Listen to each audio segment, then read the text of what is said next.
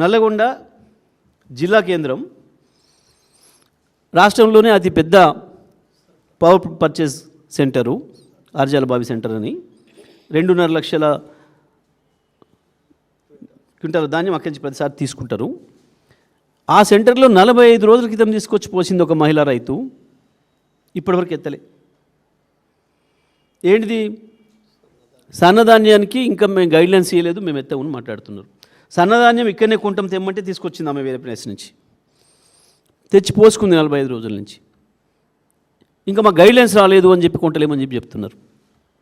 అంటే ఒక పథకం ప్రకారమే రైతుల్ని ధాన్యం కొనుగోలు కేంద్రాలకు తేకుండా వాళ్ళని నిరాశపరిచే ప్రయత్నం చేస్తున్నారు. వాళ్ళు బలవంతంగా ప్రైవేట్గా అమ్ముకోవడానికి కావాల్సిన ఒత్తిడి చేస్తున్నారు. ఒక పథకం ప్రకారమే ఇవాళ 1600-1700 కూడా మిల్లులలో పోసేవలసిన దుస్థితి వచ్చింది రైతాంగానికి. మీరు ఎవరైనా సరే, ఏ టీవీ ఛానల్ మిత్రులైనా, ఏ పేపర్ మిత్రులైనా సర్వే చేయండి, మీరే పోయి మాట్లాడండి.